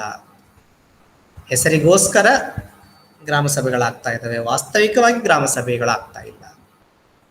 ಸೊ ಸಮುದಾಯಗಳ ಆದ್ಯತೀಕರಣದಲ್ಲಿನೂ ಸಹ ಸಮಸ್ಯೆಗಳು ಇದೆ ಅನ್ನೋದನ್ನು ನಾವು ಇಲ್ಲಿ ಗಮನಿಸಬೇಕು. ನಾನ್ ಓನರ್ಶಿಪ್ ಆಫ್ ದ ಕಮ್ಯುನಿಟಿ, ಅನುಷ್ಠಾನಗೊಳಿಸುವ ಕಾರ್ಯಕ್ರಮಗಳು ಸಮುದಾಯದವರು ನಮ್ದು ಅಂತ ಅನ್ಕೊಳ್ತಾ ಇಲ್ಲ. ಸರ್ಕಾರಿ ಪ್ರೋಗ್ರಾಮ್ ಇದೆ, ಮಾಡ್ತಾ ಇದ್ದಾರೆ, ಸರ್ಕಾರದವ್ರು ಮಾಡ್ತಾ ಇದ್ದಾರೆ, ಸರ್ಕಾರದವ್ರು ಬೇರೆ ಯಾರೋ ಅಂತ ಜನ ತಿಳ್ಕೊತಾರೆ. ಅಲ್ಲಿ ಅನುಷ್ಠಾನಗೊಳಿಸ್ತಿರುವಂತ ಕಾರ್ಯಕ್ರಮ, ಅದಕ್ಕೆ ತಗುಲುವ ವೆಚ್ಚ, ಅಲ್ಲಿ ಕೆಲಸ ಮಾಡುವಂತ ಸಿಬ್ಬಂದಿಗಳ ಸ್ಯಾಲರಿ ಎಲ್ಲವೂ ಸರ್ಕಾರ ಜನಗಳದ್ದೇ, ಅದು ಜನಗಳ ಟ್ಯಾಕ್ಸ್ ಇಂದನೇ ಅದು ಕೊಡ್ತಾ ಇರೋದು, ಅದು ಗೊತ್ತಾಗಲ್ಲ. ಸೊ ಇದು ಜನಗಳ ಒಂದು ಮಾಲೀಕತ್ವ ಅನ್ನುವಂಥದ್ದು ಬರಬೇಕು ಅನ್ನುವಂಥದ್ದು ಅದೊಂದು ಚಾಲೆಂಜಿಂಗ್ ವಿಷಯ ಆಗಿದೆ. ಲ್ಯಾಕ್ ಇನ್ ದ ಮೋಟಿವೇಶನ್, ಎಷ್ಟೇ ಭಾಷಣ ಮಾಡಿದ್ರು, ಎಷ್ಟೇ ನಾವು ಟಿವಿಗಳ ಮೂಲಕ, ರೇಡಿಯೋಗಳ ಮೂಲಕ, ನ್ಯೂಸ್ ಪೇಪರ್ಗಳ ಮೂಲಕ ಜಾಗೃತಿಯನ್ನು ಮೂಡಿಸ್ಲಿಕ್ಕೆ ಪ್ರಯತ್ನ ಪಟ್ಟರು, ಜನಗಳಲ್ಲಿ ಕೆಲವೊಂದು ವಿಷಯಕ್ಕೆ ಸಂಬಂಧಪಟ್ಟಂತೆ ಪ್ರೇರಣೆಯ ಕೊರತೆ ಇದೆ. ಉದಾಹರಣೆಗೆ, ಇವತ್ತು ಕೋವಿಡ್ 2ನೇ ಅಲೆಯನ್ನ ಕೊನೆ ಹಂತದಲ್ಲಿ 3ನೇ ಅಲೆ ಬರೋ ಸಾಧ್ಯತೆ ಇದೆ. ಜನಗಳು ಮರೆತುಬಿಟ್ಟು ಈಗ ಮತ್ತೆ ಮಾಸ್ಕ್ ಇಲ್ದೇನೆ, ಸೋಷಿಯಲ್ ಡಿಸ್ಟೆನ್ಸ್ ಇಲ್ದೇನೆ, ವ್ಯಾಕ್ಸಿನೇಷನ್ ಹಾಸ್ಕೊಳ್ದೇನೆ ಓಡಾಡ್ತಾ ಇದ್ದಾರೆ. People lakhs motivation. ಹೀಗಾದ್ರೆ ಅಭಿವೃದ್ಧಿ ಅನ್ನೋಂಥದ್ದು ನಾವು ಸಾಧಿಸಲಿಕ್ಕೆ ಸಾಧ್ಯ ಆಗೋದಿಲ್ಲ. ಇನ್ನೊಂದು ವಿಷಯ, ಗ್ಲೋಬಲ್ ವಾರ್ಮಿಂಗ್. ಇದು ಪರಿಸರಕ್ಕೆ ಸಂಬಂಧಪಟ್ಟಂತ ವಿಷಯ. ಇವತ್ತು ಭೂಮಿಯ ಒಂದು ತಾಪಮಾನ, ಜಾಗತಿಕ ತಾಪಮಾನ ಸಾಮಾನ್ಯ ತಾಪಮಾನಕ್ಕಿಂತ ಹೆಚ್ಚಾಗ್ತಾ ಇದೆ. ವರ್ಷ ಟೆಂಪ್ರೇಚರು ಜಾಸ್ತಿ ಆಗ್ತಾ ಇದೆ. ಇದೇ ತರ ಟೆಂಪ್ರೇಚರ್ ಜಾಸ್ತಿ ಆಗ್ತಾ ಹೋಯ್ತು ಅಂದ್ರೆ ಮುಂದೊಂದು ದಿನ ಮನುಷ್ಯ ಅನ್ನೋ ಒಂದು ಜೀವಿ ಈ ಭೂಮಿ ಮೇಲೆ ಅಥವಾ ಬೇರೆ ಯಾವುದೇ ಜೀವಿಗಳು ಭೂಮಿಯ ಮೇಲೆ ಬದುಕುಳಿಯೋದು ಕಷ್ಟ ಆಗ್ತದೆ. ಅದಕ್ಕಾಗಿ ಪೊಲ್ಯೂಷನ್ ಮಾಡಬಾರ್ದು, ಸಸ್ಯಗಳನ್ನ ಮರಗಳನ್ನ ಕಡಿಬಾರ್ದು, ಸಸ್ಯಗಳನ್ನ ನೆಡಬೇಕು, ಪರಿಸರ ಸಂರಕ್ಷಣೆ ಮಾಡಬೇಕು, ಪ್ಲಾಸ್ಟಿಕ್ ಬಳಸಬಾರ್ದು. ಹೀಗೆ ಹಲವಾರು ಅಂಶಗಳನ್ನ ಕ್ರಮ ಕೈಗೊಳ್ಳುತ್ತಾಗುತ್ತೆ. ಇವತ್ತು ಗ್ಲೋಬಲ್ ವಾರ್ಮಿಂಗ್ ಕೂಡ ಉಗಮಿಸುತ್ತಿರುವ ನಿಸರ್ಗದ ಒಂದು ನೈಸರ್ಗಿಕ ಸವಾಲುಗಳು ಇವತ್ತು ಸಮುದಾಯ ಸಂಘಟನೆ ಸಂದರ್ಭದಲ್ಲಿ ಉಗಮಿಸುತ್ತಿರುವ ವಿಷಯಗಳಲ್ಲಿ ಒಂದಾಗಿರುವಂಥದ್ದು. ಪೆಂಡಮಿಕ್ಸ್. ಇವತ್ತು ನಾವು ಕೋವಿಡ್-19 ಪೆಂಡಮಿಕ್ ಅನ್ನು ಎದುರಿಸ್ತಾ ಇದ್ದೇವೆ. ಹೀಗೆ ಹಲವಾರು ಪೆಂಡಮಿಕ್ಸ್ ಬರ್ತಾ ಇದ್ದಾವೆ. ಇವತ್ತು ಕೋವಿಡ್-19 ಇದೆ, ನೆಕ್ಸ್ಟ್ ಇಯರ್ ಏನಂತ ಗೊತ್ತಿಲ್ಲ. ಈ ಕೋವಿಡ್-19 ಒಂದರಿಂದನೇ black fungus, red fungus, delta plus, ಇನ್ನೊಂದು ಮತ್ತೊಂದು ಏನೇನೋ ಉಟ್ಕೋತ, ಇವೆಲ್ಲ ಪೆಂಡಮಿಕ್ಸ್. ಹೀಗೆ ಹೊಸ ರೂಪದ ವೈರಸ್ಗಳು ರೂಪುಗೊಳ್ತಾ ಹೋದ್ರೆ ಮನುಷ್ಯ ಪ್ರಾಣಿ ಅವುಗಳಿಂದ ಬಚಾವಾಗೋದು ಕಷ್ಟ ಆಗ್ತದೆ. ಸೊ ಇವತ್ತು ಸಮುದಾಯದ ಮಟ್ಟದಲ್ಲಿ, ಸಮುದಾಯದ ಅಭಿವೃದ್ಧಿಯ ಮಟ್ಟದಲ್ಲಿ ಪ್ಯಾಂಡಮಿಕ್ಸ್ಗಳನ್ನು ಹೇಗೆ ನಿಭಾಯಿಸುವುದು ಅನ್ನೋದು ಸಹ ಒಂದು ಉಗಮಿಸುತ್ತಿರೋ ಅಂಶಗಳಲ್ಲಿ ಒಂದಾಗಿರುವಂಥದ್ದು. ಸೊ ಯೂನಿಟ್ 5ರಲ್ಲಿ ಕೊನೆಯ ಒಂದು ಅಂಶ ಏನು ಅಂತಂದ್ರೆ ರೋಲ್ಸ್ ಆಫ್ ಕಮ್ಯುನಿಟಿ ಆರ್ಗನೈಸರ್. ಸಮುದಾಯ ಸಂಘಟಕ ಸಮುದಾಯ ಸಂಘಟನೆಯ ಪ್ರಾರಂಭದಿಂದ ಕೊನೆಯವರೆಗೆ ಯಾವ ಯಾವ ಪಾತ್ರಗಳನ್ನ ವಹಿಸಬೇಕಾಗುತ್ತೆ, ಯಾವ ಯಾವ ಪಾತ್ರಗಳನ್ನ ಜವಾಬ್ದಾರಿಗಳನ್ನ ನಿಭಾಯಿಸಬೇಕಾಗ್ತದೆ ಅನ್ನುವಂಥದ್ದು, ಸಮುದಾಯ ಸಂಘಟಕನ ಪಾತ್ರಗಳು ಯಾವುದು ಅನ್ನುವಂಥದ್ದು. Practitioners of community organisation are called as community organiser. ನಾವು ಪ್ರಾರಂಭದಲ್ಲೇ ತಿಳ್ಕೊಂಡಿದ್ದೇವೆ, ಯಾವ ವೃತ್ತಿಪರ ಸಮಾಜ ಕಾರ್ಯಕರ್ತರು ಸಮುದಾಯದಲ್ಲಿ ಕೆಲಸ ಮಾಡ್ತಾರ, ಸಮುದಾಯ ಸಂಘಟನೆಯ ಜ್ಞಾನವನ್ನ ಉಪಯೋಗಿಸ್ತಾರ, ಅನುಷ್ಠಾನಗೊಳಿಸ್ತಾರಲ್ಲ, ಅವರನ್ನು ನಾವು ಸಮುದಾಯ ಸಂಘಟಕರೆಂದು ಕರಿತೇವೆ. Community organiser is an external member of the community. ವೃತ್ತಿಪರ ಸಮಾಜ ಕಾರ್ಯಕರ್ತ, ಸಮುದಾಯ ಸಂಘಟಕ ಯಾವುದೇ ಸಮುದಾಯದಲ್ಲಿ ಕೆಲಸ ಮಾಡ್ತಾ ಇದ್ರು ಸಹ ಅವನು ಆ ಸಮುದಾಯದ ಹೊರ ಸದಸ್ಯ, ಹೊರಗಿನಿಂದ ಬಂದ ಸದಸ್ಯ ಅವನಾಗಿರ್ತಾನೆ. ಅವನು ಯಾವತ್ತೂ ಆ ಊರಿನವನಾಗ್ಲಿಕ್ಕೆ ಸಾಧ್ಯ ಇಲ್ಲ. ಊರಿನವ್ರ ತರ ಇರ್ಬೇಕೇ ವಿನ, ಆದ್ರೆ ಊರಿನವ್ರು ಆಗ್ಲಿಕ್ಕೆ ಅವ್ರು ಸಾಧ್ಯ ಇಲ್ಲ.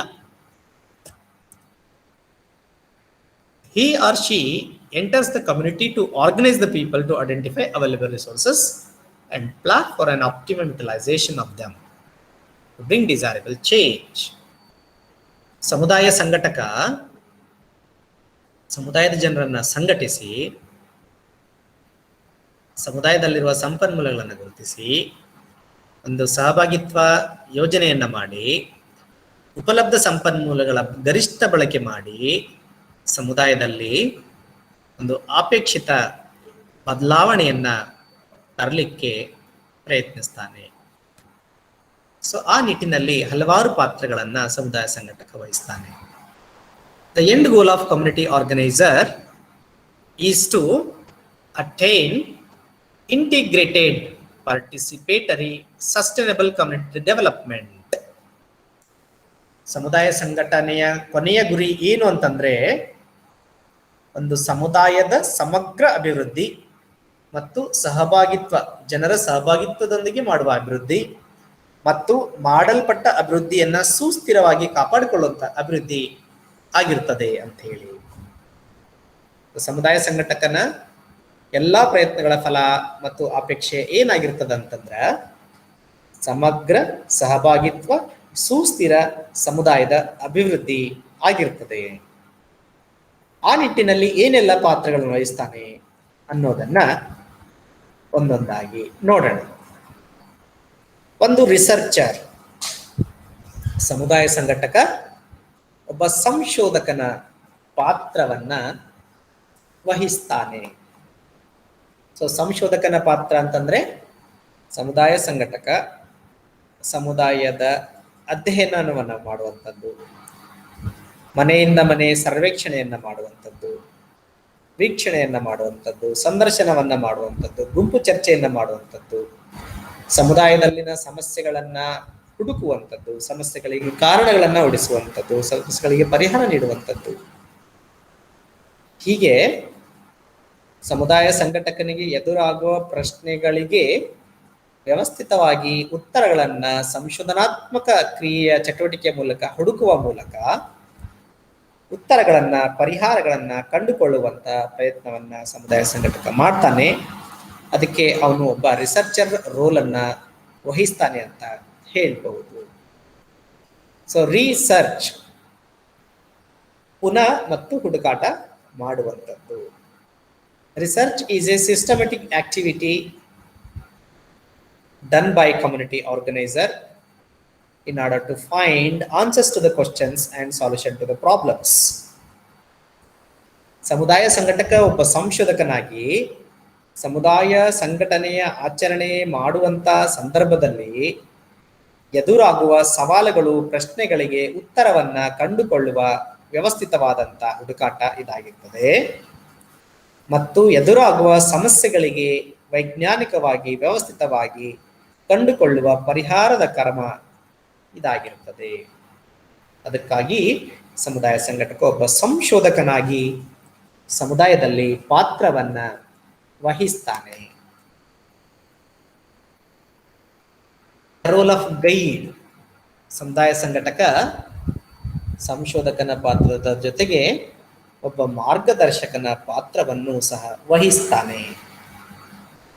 ಸಮುದಾಯ ಸಂಘಟಕನಾದವನು ಸಮುದಾಯ ಸಂಘಟನೆಯ ಸಂಪೂರ್ಣ ಪ್ರಕ್ರಿಯೆಯಲ್ಲಿ ಅಸಂಘಟಿತರಾದಂಥ, ವಿಚಲಿತರಾದಂಥ, ಹಂಚಿ ಹೋದಂಥ ಸಮಾನ ಮನಸ್ಸಿನ, ಸಮಾನ ಆಸಕ್ತ ಜನರನ್ನ ಒಬ್ಬರೊಬ್ಬರನ್ನ ಭೇಟಿಯಾಗಿ ಅವರಿಗೆ ಒಂದು ವೃಂದದ ರೂಪವನ್ನು ನೀಡಿ ವೃಂದಗಳನ್ನು ಸೇರಿಸಿ ಒಂದು ಸಮುದಾಯಕ್ಕೆ ಸಂಘಟನೆಯ ರೂಪವನ್ನು ನೀಡಲಿಕ್ಕೆ ಪ್ರಯತ್ನ ಮಾಡುವಂಥದ್ದು. ಸಮುದಾಯ ಸಂಘಟಕ ಸಮುದಾಯದಲ್ಲಿನ ಜನಗಳಿಗೆ, ಗುಂಪುಗಳಿಗೆ ಅಗತ್ಯವಾದಂಥ ಮಾರ್ಗದರ್ಶನವನ್ನು, ಸಲಹೆಗಳನ್ನು, ಸೂಚನೆಗಳನ್ನು ನೀಡುವಂಥ ಕೆಲಸವನ್ನು ಮಾಡ್ತಾನೆ. ಇನೇಬಲರ್, ಸಮುದಾಯ ಸಂಘಟಕ ಸಮುದಾಯದ ಸದಸ್ಯರ, ಸಮುದಾಯದಲ್ಲಿನ ಸ್ಥಳೀಯ ನಾಯಕರಿಗೆ ಸಶಕ್ತಗೊಳಿಸುವ, ಸಬಲೀಕರಣಗೊಳಿಸುವ ಒಂದು ಪಾತ್ರವನ್ನು ಸಹ ವಹಿಸ್ತಾನೆ. ನಮಗೆಲ್ಲ ಗೊತ್ತು, ಸಮುದಾಯ ಸಂಘಟಕನಾದಂಥ ನಿರಂತರವಾಗಿ ಸಮುದಾಯದ ಜನರನ್ನು ಭೇಟಿ ಮಾಡಿ, ಸಂಘಟನೆ ಮಾಡಿ, ಸಭೆಗಳನ್ನು ಮಾಡಿ, ಚರ್ಚೆ ಮಾಡಿ, ಜಾಗೃತಿ ಕಾರ್ಯಕ್ರಮಗಳನ್ನು ಹಮ್ಮಿಕೊಂಡು, ತರಬೇತಿ ಕಾರ್ಯಕ್ರಮಗಳನ್ನು ಹಮ್ಮಿಕೊಂಡು ಇವುಗಳೆಲ್ಲವನ್ನ ಮಾಡುವುದರ ಮೂಲಕ ಸಮುದಾಯದ ಜನರ ಸಾಮರ್ಥ್ಯವನ್ನ ಹೆಚ್ಚಿಸುವ, ಆ ಸಾಮರ್ಥ್ಯ ಹೆಚ್ಚಿಸುವ ಮೂಲಕ ಅವರನ್ನ ಇನೇಬಲ್ ಮಾಡಲಿಕ್ಕೆ ಸಾಧ್ಯತೆಯನ್ನ, ಸಬಲರನ್ನಾಗಿ ಮಾಡುವಂಥ ಕೆಲಸವನ್ನ, ಪಾತ್ರವನ್ನ ಸಮುದಾಯ ಸಂಘಟಕನಾದವನು ವಹಿಸ್ತಾನೆ. ಅದರ ಜೊತೆಗೆ community organiser also play the role of specialist. ಒಬ್ಬ ತಜ್ಞನಾಗಿ, ವಿಶೇಷ ತಜ್ಞನಾಗಿ ಸಮುದಾಯದ ಮಟ್ಟದಲ್ಲಿ ಸಮುದಾಯಗಳ ಸಮಸ್ಯೆಗಳನ್ನು ಅರ್ಥ ಮಾಡಿಕೊಳ್ಳುವ, ಸಮುದಾಯದ ಸಮಸ್ಯೆಗಳಿಗೆ ಕಾರಣಗಳನ್ನು ಹುಡುಕುವ, ಸಮುದಾಯದ ಸಮಸ್ಯೆಗಳಿಗೆ ಪರಿಹಾರವನ್ನು ನೀಡುವಂಥ ವ್ಯವಸ್ಥಿತವಾದಂಥ ಒಂದು ವಿಶೇಷ ತಜ್ಞನಾಗಿ ಸಮುದಾಯ ಸಂಘಟಕ ಸಮುದಾಯದಲ್ಲಿ ಕಾರ್ಯನಿರ್ವಹಿಸ್ತಾನೆ. Community organizer also plays the role of motivator. ಸಮುದಾಯ ಸಂಘಟಕ ಸಮುದಾಯದಲ್ಲಿ ಒಬ್ಬ ಪ್ರೇರಕನಾಗಿ, ಪ್ರೇರಣೆ ನೀಡುವಂತ ಪ್ರೇರಕನಾಗಿಯೂ ಸಹ ಕಾರ್ಯನಿರ್ವಹಿಸ್ತಾನೆ. Community organizer plays the role of motivator. He motivates ಸಮುದಾಯದಲ್ಲಿನ ಜನರ, ವಿಶೇಷವಾಗಿ ಬಡವರಿಗೆ, ಅನಕ್ಷರಸ್ಥರಿಗೆ, ನಿರ್ಗತಿಯರಿಗೆ, ಮಹಿಳೆಯರಿಗೆ, ಹಿಂದುಳಿದ ವರ್ಗದವರಿಗೆ, ಪರಿಶಿಷ್ಟ ಜಾತಿಯವರಿಗೆ, ಪರಿಶಿಷ್ಟ ಪಂಗಡದವರಿಗೆ ಅವಶ್ಯಕವಾದಂಥ ಒಂದು ಪ್ರೇರಣೆಯನ್ನ, ಸ್ಫೂರ್ತಿಯನ್ನ ತುಂಬುವ ಅವನ ಮಾತುಗಾರಿಕೆಯ ಮೂಲಕ, ಕಾರ್ಯಕ್ರಮಗಳ ಮೂಲಕ, ತರಬೇತಿಯ ಮೂಲಕ, ಜಾಗೃತಿ ಕಾರ್ಯಕ್ರಮಗಳ ಮೂಲಕ ಸಮುದಾಯ ಸಂಘಟಕ ಸಮುದಾಯದವರಿಗೆ ಪ್ರೇರಕರಾಗಿ ಪ್ರೇರಣೆಯನ್ನ ನೀಡುವಂಥ ಪಾತ್ರವನ್ನು ಸಹ ವಹಿಸ್ತಾನೆ. Roll of ಎಡ್ಯುಕೇಟರ್. ಯಾವ ವಿಷಯಗಳ ಕುರಿತು ಸಮುದಾಯದ ಜನರಿಗೆ ಗೊತ್ತಿಲ್ಲ, ಯಾವ ವಿಷಯದ ಕುರಿತು ಸಮುದಾಯದ ಜನರು ಅಂಧಕಾರದಲ್ಲಿದ್ದಾರೆ, ಅಲ್ಲಿ ಸಮುದಾಯ ಸಂಘಟಕನಾದವನು ಬೆಳಕನ್ನು ಚೆಲ್ಲುವಂತ, ಶಿಕ್ಷಿತರನ್ನಾಗಿ ಮಾಡುವಂತ, ಕಲಿಸಿಕೊಡುವಂತ ಕೆಲಸವನ್ನ ಸಹ ಸಮುದಾಯ ಸಂಘಟಕ ಪಾತ್ರವನ್ನು ವಹಿಸ್ತಾನೆ. ಸೊ ಹಾಗಾಗಿ ಸಮುದಾಯ ಸಂಘಟಕನನ್ನು ನಾವು educator, community organiser also plays the role of educator by educating the members, the groups of the community regarding the developmental initiatives, developmental perspectives and developmental programs. ಸಮುದಾಯ ಸಂಘಟಕ ಅಗತ್ಯವಿದ್ದಲ್ಲಿ ಶಿಕ್ಷಕನ ಪಾತ್ರವನ್ನು ಸಹ ವಹಿಸ್ತಾನೆ. ಫೆಸಿಲಿಟೇಟರ್ ಅಂತಂದ್ರೆ ಸಮುದಾಯಕ್ಕೆ ಅಗತ್ಯವಾದಂತ ಸಂದರ್ಭವನ್ನ, ಸನ್ನಿವೇಶವನ್ನ, ಸೇವೆಗಳನ್ನ ಒದಗಿಸಿಕೊಡುವಂತ ಫೆಸಿಲಿಟೇಷನ್. ಅವ್ರಿಗೇನ್ ಬೇಕೋ ಅದನ್ನ ಅಲ್ಲಿ ಇರುವಂತೆ ಮಾಡುವುದು, ಒದಗಿಸಿಕೊಡುವಂಥದ್ದು. ಸಮುದಾಯ ಸಂಘಟಕನಾದವನು ಜ್ಞಾನ ಆಗ್ಲಿ, ಯೋಜನೆ ಆಗ್ಲಿ, ಮೇಲ್ವಿಚಾರಣೆ ಆಗ್ಲಿ, ಮೌಲ್ಯಮಾಪನ ಆಗ್ಲಿ, ಇನ್ನೊಂದಾಗ್ಲಿ ಮತ್ತೊಂದಾಗ್ಲಿ, ಎಲ್ಲವೂ ಸಹ ಫೆಸಿಲಿಟೇಟರ್ ರೋಲ್ ಆಗಿ ಸಮುದಾಯದವರಿಗೆ ಒದಗಿಸಿಕೊಡ್ತಾನೆ. 8th role, an advocate. Advocacy ಅನ್ನೋಂಥದ್ದು ಒಂದು ತಂತ್ರನೂ ಇದೆ, ಸ್ಟ್ರಾಟಜಿನೂ ಇದೆ, ಪಾತ್ರನೂ ಹೌದು. ಸೊ ಸಮುದಾಯ ಸಂಘಟಕನು ಒಬ್ಬ ವಕೀಲನಾಗಿ ವಕಾಲತ್ತನ್ನ ಸಮುದಾಯದವರ ಪರವಾಗಿ ಮಾಡುವಂಥದ್ದು ಮತ್ತು ಸರ್ಕಾರದ ಅಧಿಕಾರಿಗಳ ವಿರುದ್ಧ, ಸರ್ಕಾರದ ವಿರುದ್ಧ ಅವನು ವಕಾಲತ್ತನ್ನ ಮಾಡುವಂಥದ್ದು. ಕೊಲಾಬರೇಟರ್, ಸಂಯೋಜಕ, ಕೋಆರ್ಡಿನೇಟರ್, ಕೊಲಾಬರೇಟರ್, ಸಮುದಾಯ ಸಂಘಟಕ ವಿವಿಧ ಸಂಘ, ಸಂಸ್ಥೆ ಮತ್ತು ವ್ಯಕ್ತಿಗಳ ಜೊತೆಗೆ ಸಂಪರ್ಕವನ್ನ ಏರ್ಪಡಿಸ್ತಾನೆ ಮತ್ತು ಅವರಿಂದ ಅಗತ್ಯ ಸಹಕಾರ ಸಮುದಾಯದವರಿಗೆ ಮತ್ತು ಸಮುದಾಯದ ಅಭಿವೃದ್ಧಿಗೆ ದೊರೆಯುವಂತೆ ಈ ಪಾತ್ರವನ್ನು ವಹಿಸುವುದರ ಮೂಲಕ ಮಾಡ್ತಾನೆ. ಸೊ ಇಷ್ಟು ಪ್ರಮುಖವಾದಂಥ ಪಾತ್ರಗಳನ್ನ ಸಮುದಾಯ ಸಂಘಟಕನಾದವನು ಸಮುದಾಯ ಸಂಘಟನೆಯ ಒಳಿತಿಗಾಗಿ ಮಾಡ್ತಾನೆ. ಸಂಶೋಧಕನ ಪಾತ್ರ, ಮಾರ್ಗದರ್ಶಕನ ಪಾತ್ರ, ಸಬಲೀಕರಣಗೊಳಿಸುವ ಪಾತ್ರ, ವಿಶೇಷ ತಜ್ಞನ ಪಾತ್ರ, ಪ್ರೇರಕನ ಪಾತ್ರ, ಶಿಕ್ಷಕನ ಪಾತ್ರ, ಫೆಸಿಲಿಟೇಟರ್ ಪಾತ್ರ, ವಕೀಲನ ಪಾತ್ರ ಮತ್ತು ಕೊಲಾಬರೇಟರ್ ಪಾತ್ರ. ಎಲ್ಲ ಪಾತ್ರಗಳನ್ನು ಸಮುದಾಯ ಸಂಘಟಕ ವಹಿಸುವುದರ ಮೂಲಕ ಸಮುದಾಯಕ್ಕೆ ಒಳಿತನ್ನು ತರುವ, ಸಮುದಾಯದ ಜನರನ್ನು ಸಬಲೀಕರಣಗೊಳಿಸುವ, ಸಮುದಾಯವನ್ನು ಅಭಿವೃದ್ಧಿ ಕಡೆ ಕೊಂಡೊಯ್ಯುವ ಕೆಲಸವನ್ನು ಸಮುದಾಯ ಸಂಘಟಕ ಮಾಡ್ತಾನೆ. So I stop here. ಇಲ್ಲಿಗೆ ನಿಮ್ಮದು 5ನೇ ಯೂನಿಟು ಮುಕ್ತಾಯಗೊಳ್ತದೆ. ನಿಮ್ಮ ಸಿಲೆಬಸ್ಸು ಕಂಪ್ಲೀಟ್ ಆಗ್ತದೆ. ಮೇ ಬಿ ನೆಕ್ಸ್ಟ್ ಕ್ಲಾಸಿಂದ ನಾವು